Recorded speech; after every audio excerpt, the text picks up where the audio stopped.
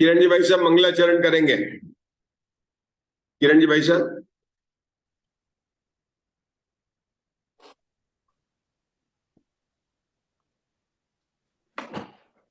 आप हिंदी में कर लीजिए। षटखंडागम ग्रंथ का बोलिए किरण जी भाई साहब। षटखंडागम ग्रंथ को ग्रंथ को बंधु बारंबार बंद प्रक्रिया नाश कर हो जाऊं भव पार। षटखंडागम ग्रंथ का नित्य करूं स्वाध्याय, कर्म बंध के नाश का यही श्रेष्ठ उपाय। कर्म हाँ बंध के नाश का यही श्रेष्ठ उपाय। चलिए बोलिए मंजुला जी। त्रिभुवन सिर सेहरे बोलिए।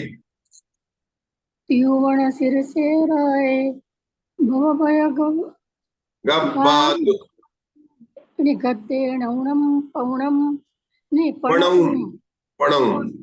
हाँ पणं धीरे। सीते जीवठाणस्थ मलिगुणचुल्यं गोच्छम्। हाँ मुग्धा जी, मंगलाचरण इसी को फिर से करते हैं। मुग्धा जी। त्रिभुवन सिर से हरे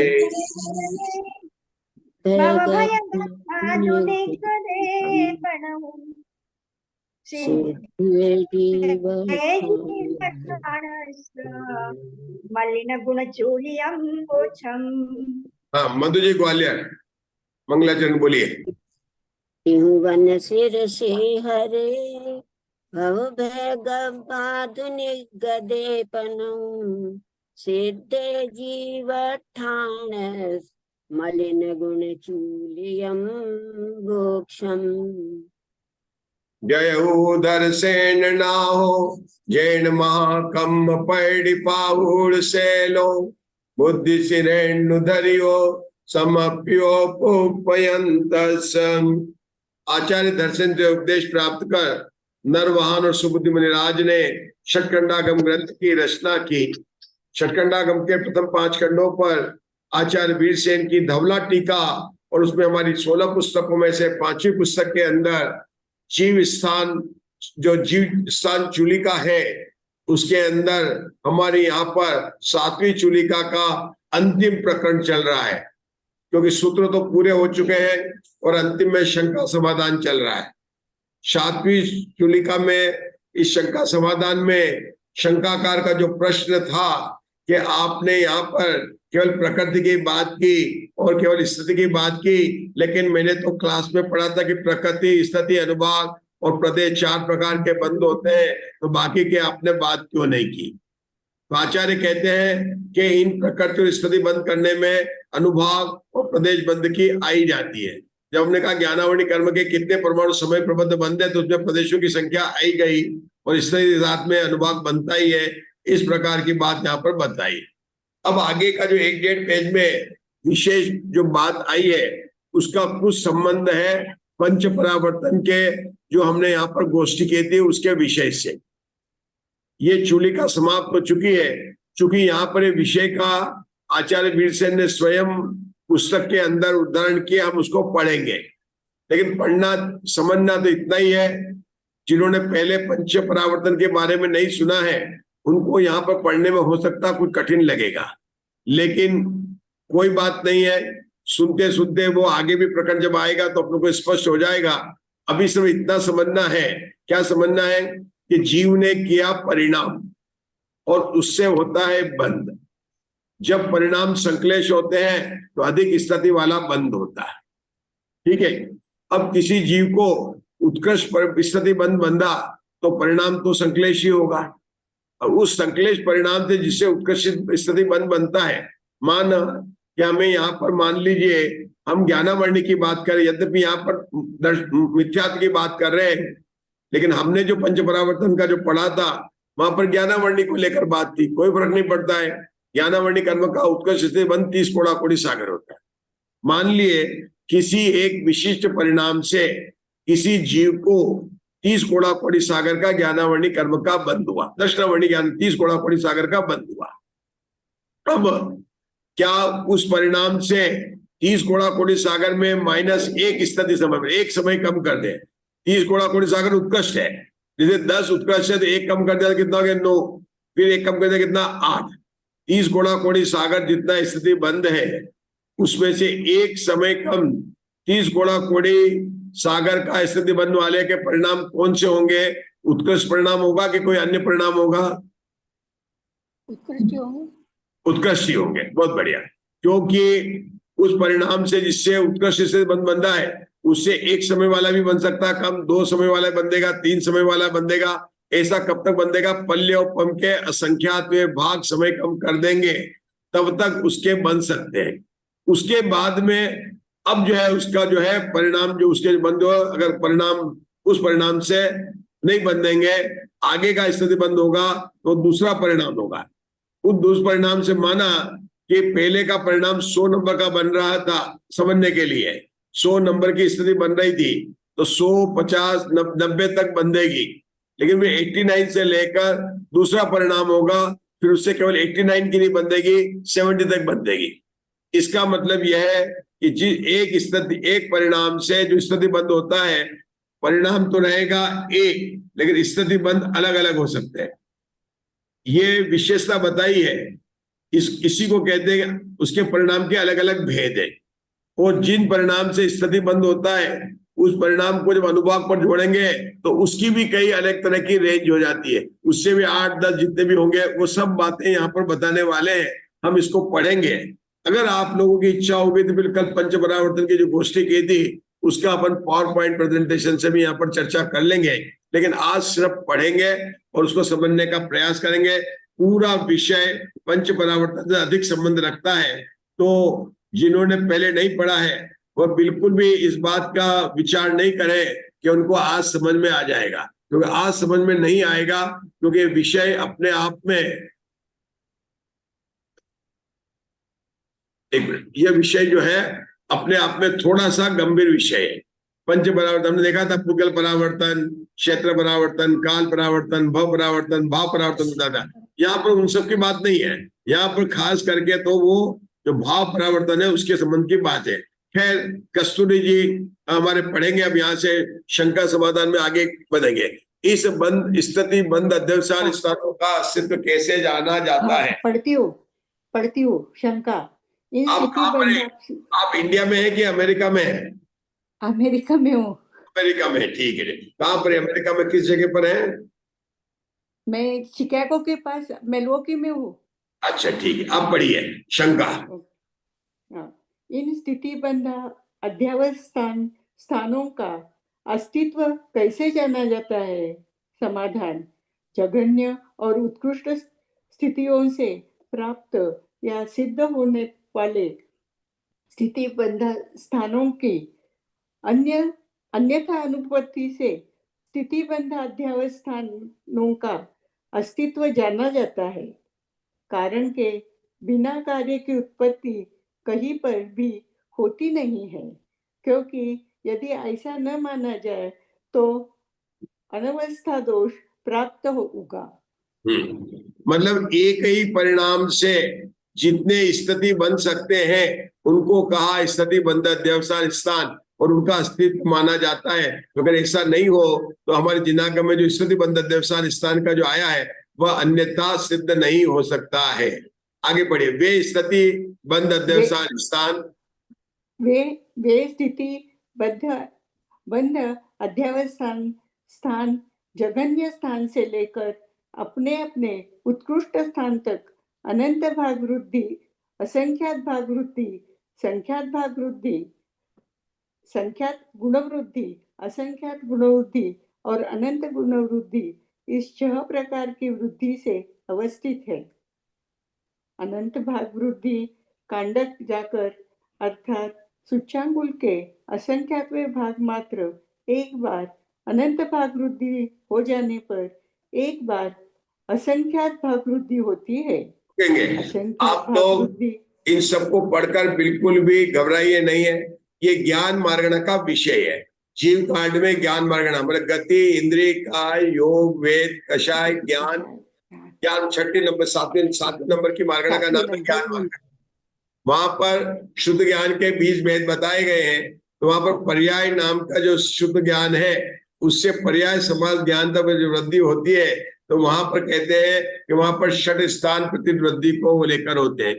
तो कहते हैं कि छठ स्थान प्रतिवृद्धि के भाग कौन से हैं? कि अनंत भाग वृद्धि, असंख्यात भाग वृद्धि, संख्यात भाग वृद्धि, संख्यात गुणा वृद्धि, असंख्यात गुणा वृद्धि, अनंत गुणा वृद्धि। इस तरह से फिर हानि लेना, तो ये वहां पर स्थान होते हैं। कहते हैं सुचुंगल के असंख्यात में भाग बार जाने के बाद में इतनी बार जब अनंत भाग वृद्धि हो जाए, अनंत भाग वृद्धि हो जाए, तब आगे का स्थान होता है। ये ज्ञान मार्गणा का पूरा विषय है, समझना यही है। साधारण से जब या तो ज्ञान मार्गणा का अपन पूरा विषय ले तो ही समझ में आएगा, क्योंकि यहाँ पर समझ में क्या आ रहा है? सुचुंगल के संख्यात में भाग वृद्धि जाकर अगली होते क्या होती है? अनंत भाग वृद्धि होती है। फिर कौन सी होती है? असंख्यात भाग वृद्धि होती है। ऐसे षड स्थान प्रतिवृद्धि आने के बाद में हमारा आगे का ज्ञान होता है। तो इसलिए हम पढ़ेंगे, लेकिन हमने आपको बताया कि यहाँ पर हम जो जितना पढ़ रहे हैं वह विषय ज्ञान मार्गणा का है, नंबर 1। नंबर 2 पंच परावर्तन का विषय है। ठीक है, चलिए हाँ पढ़िए। कस्तूरी आप पढ़ते असंख्यात रहिए। भाग वृद्धि, असंख्यात भाग वृद्धि कांडक जाकर एक बार संख्यात भाग वृद्धि होती है। संख्यात भाग वृद्धि कांडक जाकर एक बार संख्यात गुणवृद्धि होती है। संख्यात गुणवृद्धि कांडक जाकर एक बार असंख्यात गुणवृद्धि होती है। असंख्यात गुणवृद्धि कांडक जाकर एक बार अनंत गुणवृद्धि होती है। यहाँ सर्वत्र कांडक से अभिप्राय सूच्यांगुल के असंख्यातवें भाग मात्र 12 से है। यह एक षटवृद्धि रूप स्थान है। इस प्रकार के असंख्यात लोकमात्र षटवृद्धि रूप स्थान उन स्थितिबंधा साय स्थान के होते हैं। सर्व स्थितिबंध संबंधी एक एक स्थितिबंध अध्यावसान स्थान के नीचे उपयुक्त षड्वृद्धि के क्रम के असंख्यात लोकमात्र अनंत भाग बंध अध्यावसान स्थान होते हैं। ठीक है, ये रुकेंगे अनुभाग रुकेंगे रुकेंगे रुकेंगे। अब आगे का कौन पढ़ेगा? निश्चित करिए। अशोका जी जरा आप पढ़ना, इसको पूरा पढ़ लीजिए पहले, फिर बाद में अपन बात करेंगे। पढ़ लीजिए अशोका जी। अशोका जी आपको पढ़ना है। पढ़ रही हूँ जी, शंका से पढ़ रही हूँ जी। इन स्थिति बंधावसाय स्थानों का अस्तित्व कैसे जाना जाता है? समाधान: जगन्य और उसकी स्थितियों से प्राप्त या सिद्ध होने वाले स्थिति बंध स्थानों की अन्यथानुपत्ति स्थिति बंधावसाय स्थानों का अस्तित्व जाना जाता है।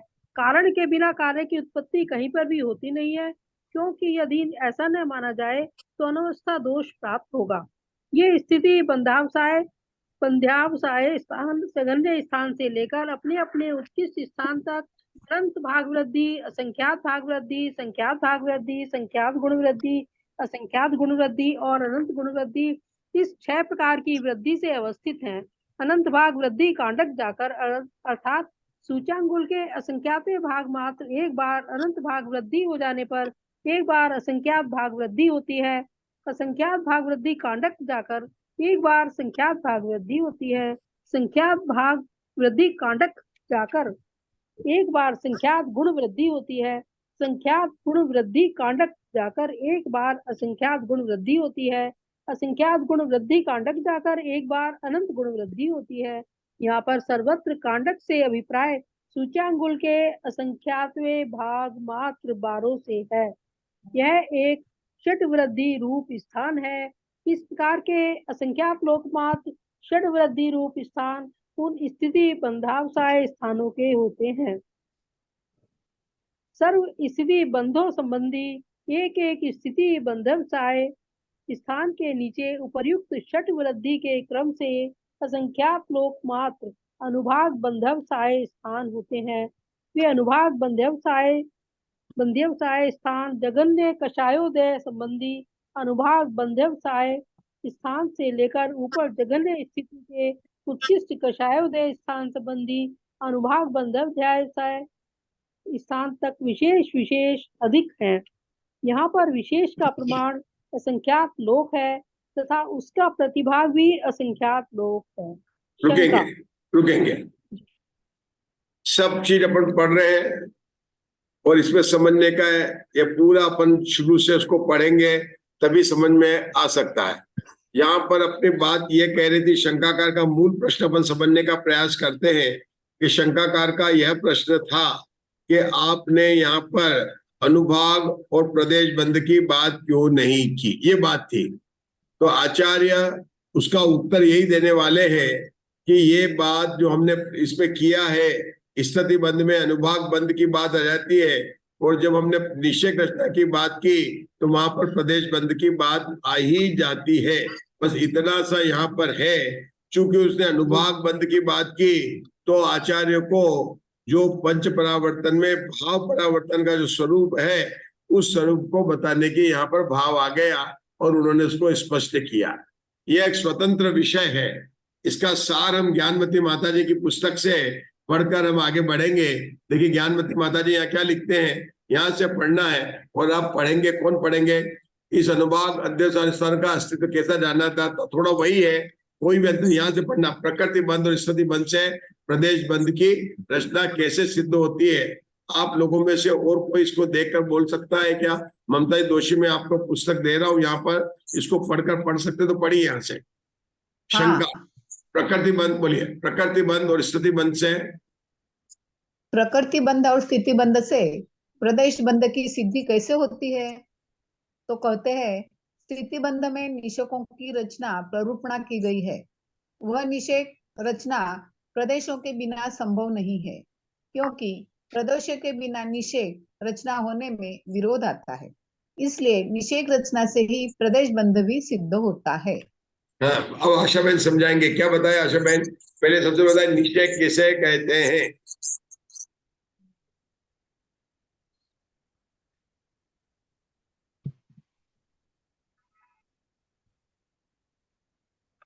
एक समय में खिलने वाले कर्म परमाणुओं को निषेक कहते हैं। हमने पढ़ा था कि हर जीव प्रति समय एक समय प्रबंध को बांधता है और एक समय प्रबंध की निर्जरा करता है।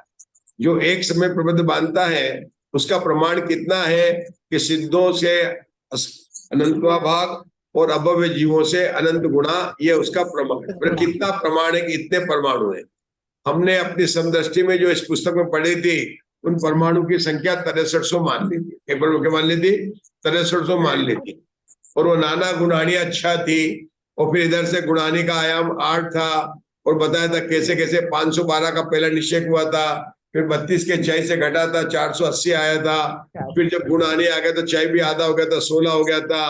फिर 6 16 का 8 4, ये हम सब ने टेबल में इसी पुस्तक में पहले देखा है, ठीक है ना। तो आचार्य कहते हैं कि उससे निषेक रचना जो है उसके अंदर जो है प्रकृति बंध के अंदर आ जाती है। ये समझ आए ना बात? वो पूरी की पूरी टेबल अपने को फिर से समझनी पड़े तो ये बात उन्होंने बताई। निषेक किसे कहते हैं कि जो 63 परमाणु बंधे हैं वे अब जितने समय की स्थिति है, आबादा 16 की 48 समय की है, तो हमारे 48 निषेक बनेंगे। उन 48 निषेकों में जो 63 कर्म परमाणु को हम बांटेंगे वो एक एक परमाणु कहेंगे निषेक। नीचे वाले निषेक में कम मिलेंगे, ऊपर वाले में कम मिलेंगे, कम मिलेंगे, कम मिलेंगे। ऐसा कम कम करते होते जब 512 256 हो जाएगा तब दूसरी कहानी शुरू हो जाएगी। जब 128 हो जाएगा तो फिर तीसरी हो जाएगी, 64 हो जाएगा तो आगे की हो जाएगी, 32 हो जाएगा तो आगे। इस प्रकार से गुणानी होती जाएगी और हर गुणानी के अंदर कर्म परमाणु को बांटेंगे, लेकिन एक गुणानी में आयाम होगा 8 और लेकिन क्षय होगा उसमें अलग अलग। जितनी नाना गुणानी अगर 5 है तो पांचों का आयाम तो होगा 8, लेकिन क्षय पहली में 32 है, दूसरे में 16, तीसरे में 8, चौथे में 4, 2 और 1। इस प्रकार से क्षय घटता जाएगा। ये बात उन्होंने यहाँ पर बताई है, ठीक है आशा बहन? अब कौन पढ़ रहा था? देख के कौन पढ़ रहे थे? हमारे ममता जी पढ़ रहे थे। ममता जी यहाँ पढ़िए आप। प्रदेश की सिद्धि होती, चलो आगे चल लेते हैं आगे और आगे। प्रदेश बंद से प्रदेश बंध से योग स्थान सिद्ध होते हैं। वे योग स्थान जग श्रेणी के असंख्यात भाग मात्र है, और जघन्य योग स्थान से लेकर जग श्रेणी के असंख्यात भाग प्रतिभाग रूप अवस्थित प्रक्षेप के द्वारा विशेष अधिक होते हुए उत्कृष्ट योग स्थान तक दुगुने दुगुने गुणहानि आयाम से सहित सिद्ध होते हैं, क्योंकि योग के बिना प्रदेश बंध नहीं हो सकता है। ऐसा क्यों कहा किरण जी भाई साहब यहाँ पर कि प्रदेश बंद?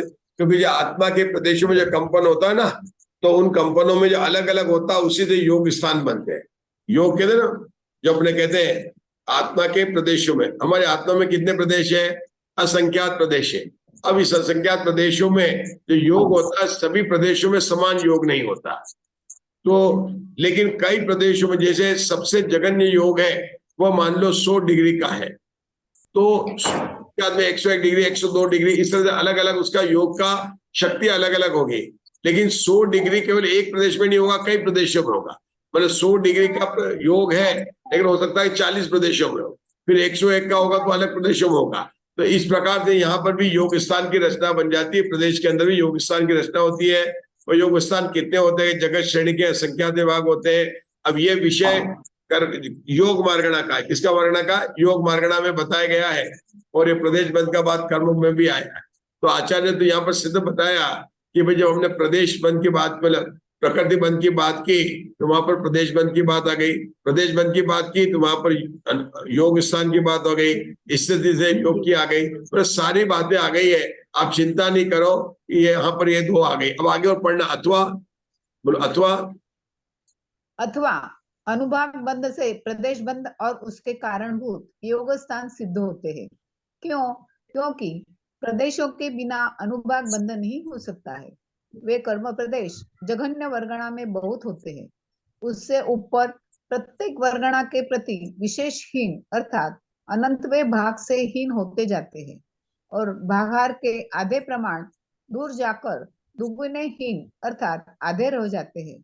इस प्रकार यह क्रम अंतिम वर्गणा तक ले जाना चाहिए। क्या बता रहे हैं यहाँ पर? ये पूरा स्थानीय वर्ग वर्गणा स्पर्धक योग स्थान के होते हैं।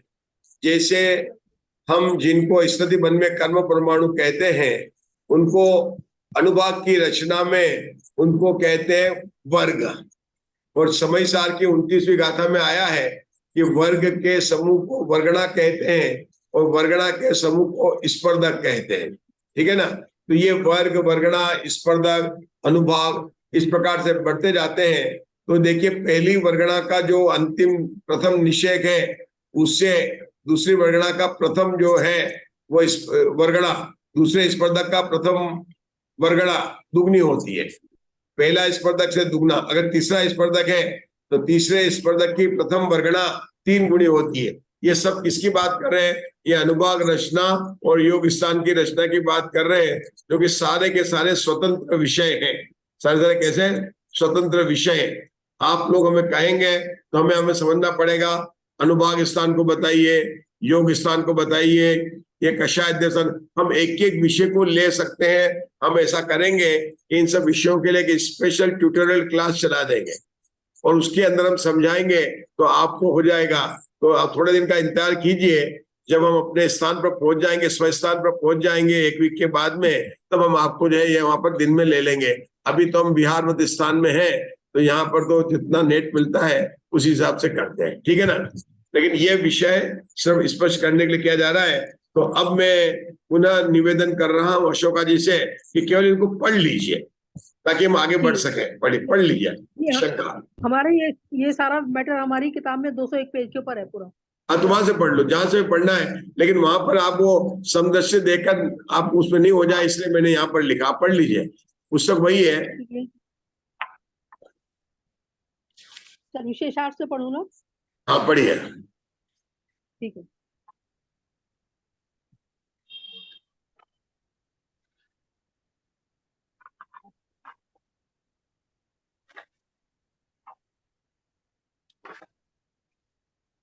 मैं किताब में से पढ़ती हूँ।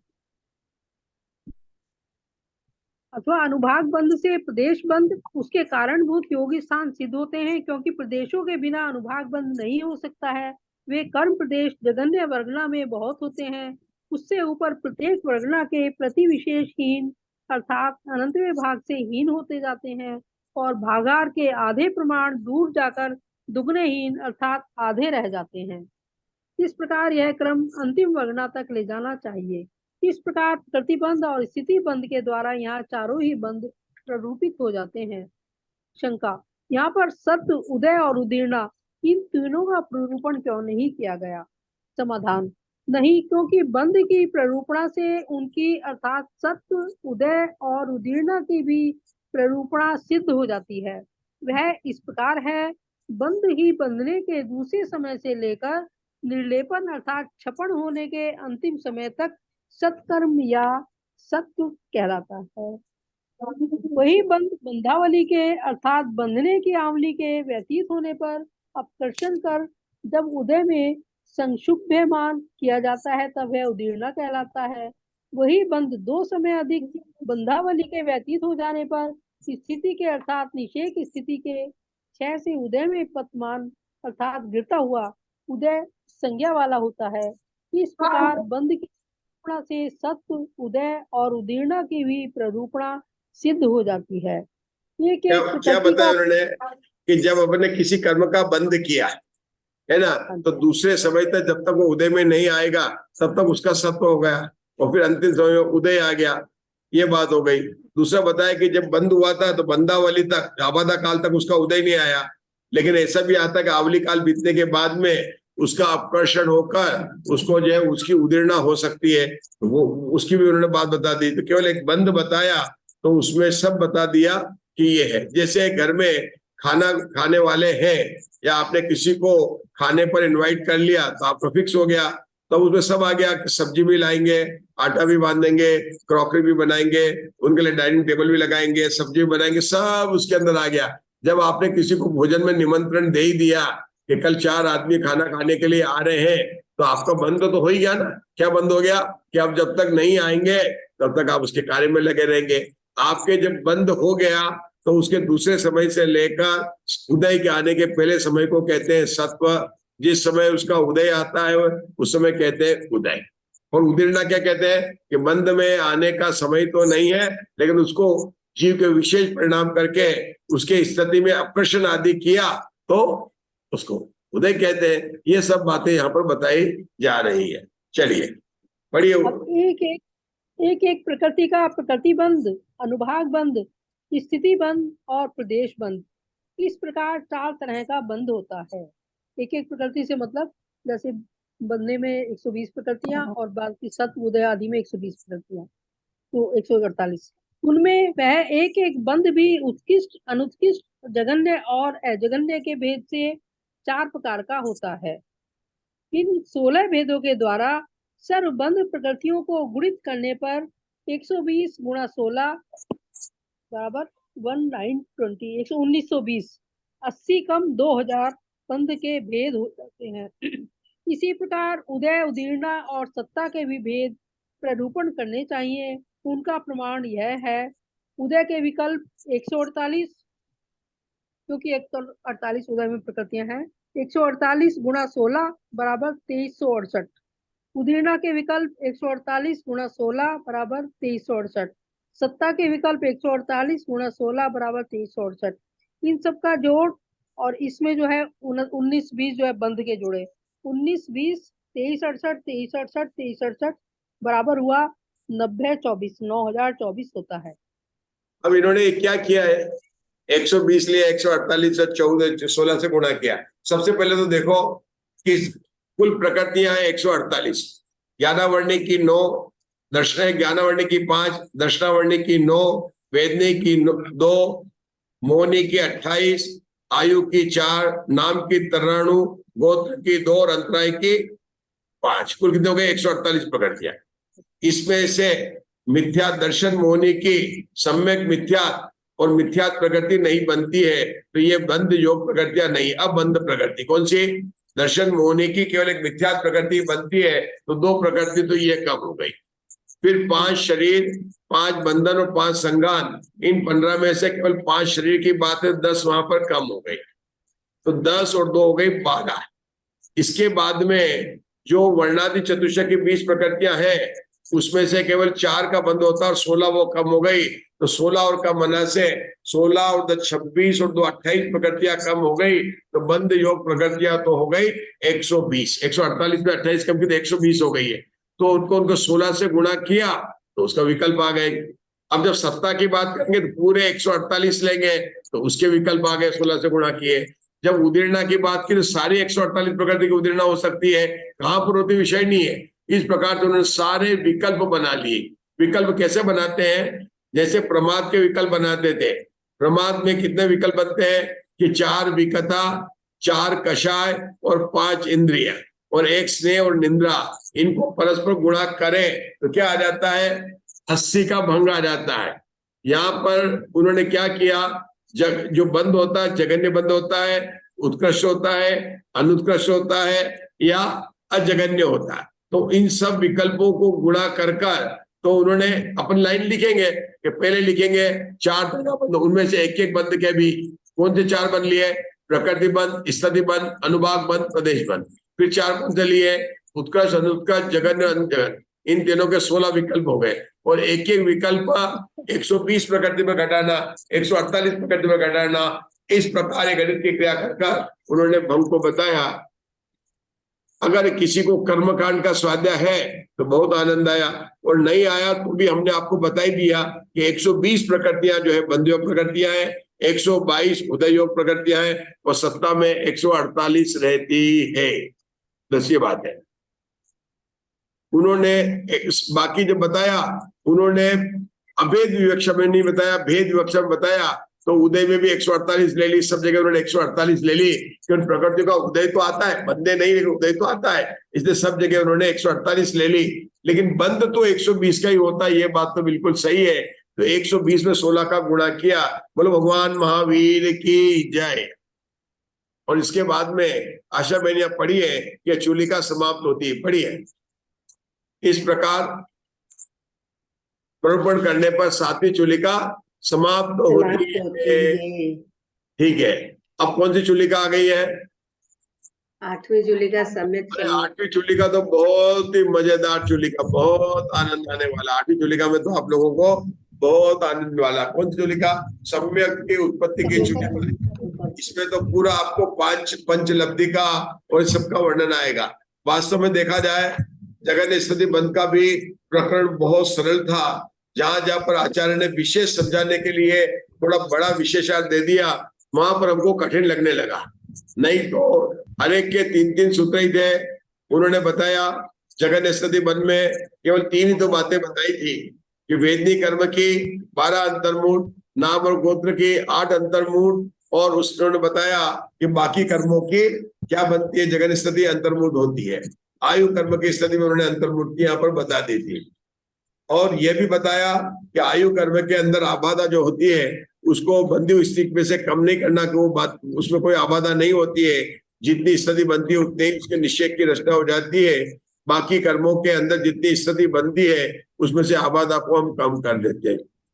हम ये जीविस्तान चूलिका का प्रकरण पढ़ रहे हैं। हमारे ममता जी दोषी बताएंगे और जयश्री शाह बताएंगे कि आपको पढ़ने में आनंद आ रहा है कि नहीं आ रहा है, आगे बढ़े कि अभी बंद रुकना है, रुकना है कि बंद करना है। हमारे मुग्धा जी कह रहे हैं बढ़ना है। हाँ, तो आगे बढ़ सकते हैं, चूलिका चालू करेंगे। सब बोलो 8वें, बोलो चंदा प्रभु भगवान की जय, चंदा प्रभु भगवान की जय। बोलिए, पढ़िए इसको किरण जी भाई साहब। 8वीं चूलिका का पहला सूत्र पढ़िए। एवदी कालठिद्ये ही कम्मे ही सम्मतम न लहदी। पढ़िए किरण जी भाई साहब। एवदी कालठिद्ये ही कम्मे ही सम्मतम न लहदी। हाँ, हिंदी में इतने काल प्रमाण स्थिति वाले कर्मों के द्वारा जो सम्यक को नहीं प्राप्त करता है। इतने काल प्रमाण स्थिति वाले कर्मों के द्वारा जो सम्यक को नहीं प्राप्त करता है। अरे मतलब इसमें क्या बताएंगे? इन्होंने बताया नहीं, इतने काल वाला बताया ही नहीं है और चूलिका प्रारंभ हो गई है। तो यहाँ पर क्या बता रहे किरण जी भाई साहब? हमें पता है कि हर जीव जब उत्कृष्ट बंध होता है वह सम्यक दर्शन को प्राप्त नहीं करता है। जब उसके सारे कर्मों की स्थिति अंतःपुरा कोटि सागर हो जाए या उसके काल कितना अर्धपुद्गल परावर्तन काल रह जाए, उसी को तभी उसका सम्यक उत्पत्ति का काल आता है। अभी वीर शासन जयंती गई, गौतम गंधर्व के सम्यक प्राप्त करने का काल ही नहीं आया, भगवान महावीर को 66 दिन तक वेट करना पड़ा। क्या करें, भगवान महावीर को दिव्य ध्वनि करने के लिए कोई योग्य स्टूडेंट नहीं था, उनकी काल लब्धि नहीं आई है, तो योग्य काल आएगा तभी तो सम्यक दर्शन की प्राप्ति होगी। तो इतने काल तक मतलब जो सम्यक दर्शन प्राप्त करने की योग्यता कब बनती है, जब मोक्ष जाने का अधिक से अधिक समय जो है अर्ध पुद्गल परावर्तन काल शेष रह जाए, तब यह जीव जो है सम्यक दर्शन की प्राप्त करने का योग्यता कर सकता है। चलिए आगे पढ़िए, बहुत स्पष्ट आने वाला है, पढ़िए। यह देशा पढ़िए। लाइट नहीं सर, लाइट नहीं है, दूसरे को पढ़ने को बोल, लाइट नहीं है मेरे पास। अच्छा ठीक है, तो और कोई पढ़ लेता है। आशा पढ़िए। और किस, एक मिनट, किसने नहीं पढ़ा? और देखा नहीं है, मैंने भी नहीं पढ़ा। आप पढ़िए पढ़िए पढ़िए पढ़ो आशा। यह देशामर्शक सूत्र है, इसीलिए इन पूर्व दो चुलिकाओं में उक्त कर्मों की जघन्य स्थिति बंद होने पर, उत्कृष्ट स्थिति बंद होने पर, जघन्य और उत्कृष्ट स्थिति सत्कर्म अर्थात स्थिति सत्व होने पर, जघन्य और उत्कृष्ट अनुभाग सत्व होने पर तथा जघन्य और उत्कृष्ट प्रदेश सत्व होने पर जीव सम्यक को नहीं प्राप्त करता है। यह अर्थ ग्रहण करना चाहिए। मतलब यहाँ पर ये बताने वाले हैं कि कितना उदय में, कितना सत्व में, कितना प्रदेश में, कितना अनुभाग रहेगा, तब जाकर सम्यक दर्शन को प्राप्त करेगा। मतलब सभी चीज को यहाँ पर बताने वाले, किसका? जघन्य स्थिति, उत्कर्ष स्थिति, अनुत्कर्ष स्थिति, अजघन्य स्थिति। पहले तो चूली का बता चुके और उसके भेद है। तो अब यहाँ पर वास्तव में विषय बहुत बहुत गंभीर चल रहा है और बहुत आनंददायक विषय है, पंचलब्धि का है। देखिए भूत बलि आचार्य ने जो पंचलब्धि की पुस्तक पढ़ते हैं, जो अन्य पुस्तक पढ़ते हैं, उसमें किस तरह से वर्णन किया है, आप लोगों को मूल ग्रंथ में से बात पढ़ने का अवसर हम लोगों को प्राप्त होने जा रहा है। तो आप लोग अभी जो थोड़ी देर पहले कुछ ऐसी अपन ने पढ़ा जो उसको आप लोगों सबको समझ में नहीं आया, तो उसके आप लोगों के मन में जो कुछ भी भाव उत्पन्न हो रहे हैं, उनको तुरंत अलोकाकाश में भेजकर भगवान महावीर की जय बोलकर प्रसन्नता पूर्वक इस सम्यक उत्पत्ति की चूलिका के लिए पुनः उत्साह पूर्वक जुड़ जाएंगे। ठीक है, बड़ी आशा में आगे। लब्धि की विभाषा। प्रथम चूलिका का प्रथम सूत्र पठित लब्धि, यह जो पद है उसकी व्याख्या की जाती है। जिन प्रकृति स्थिति अनुभाग और प्रदेशों को बांधता हुआ, जिन प्रकृति स्थिति अनुभाग और प्रदेशों के द्वारा स्वत्व स्वरूप होते हुए और उदीर्णा किए जाते हुए यह जीव सम्यक्त को प्राप्त करता है, उनकी प्ररूपणा की जाती है। इस प्रकार ये प्रतिज्ञा सूत्र है। अपन कहते हैं ना, जैसे हम कहते हैं वंदितु सौ सिद्धे धुवम चल मणोवम गदिपत्ते वोचामी समय पाहुड़ विणमो सुध केवली बणिदम। तो यहाँ पर क्या समय प्राप्त लिखने की प्रतिज्ञा की है। यहाँ पर आचार्य किसकी प्रतिज्ञा कह रहे हैं कि आप सम्यक उत्पत्ति की चूलिका लिखने की प्रतिज्ञा कर रहे हैं, और उनमें हम आपको बताएंगे कि सम्यक उत्पत्ति के पहले कितना काल, कितना प्रदेश बंद, कितना अनुभाग होता है, क्या क्या कंडीशन होती है, ये हम सब यहाँ पर बताने वाले हैं। तो ये क्या हो गया? प्रतिज्ञा सूत्र हो गया। क्या हो गया? ये प्रतिज्ञा सूत्र है ना। अच्छा, क्या बताया?